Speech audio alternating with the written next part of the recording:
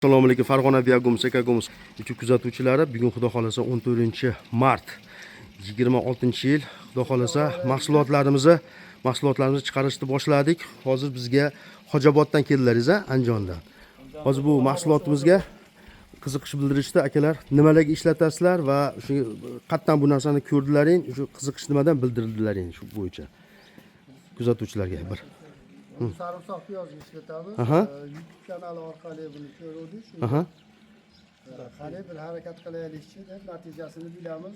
Inshaalloh. Natijasi ko'ngildagidek bo'ladigan bo'lsa, albatta biz siz bilan doimiy ishlashga tayyormiz. Inshaalloh. Xudo xolasa buni aytganimdek, buni sarimsoqqa udarni doza bo'lish uchun xohlasangiz 5 litr berishingiz mumkin 1 gektarga ODN orqali yoki 10 litr bersangiz bo'laveradi. Endi ODN 2 gektar, 2,5 gektarga yetkazsalar ham bo'ladi, 20 litrni qo'yib.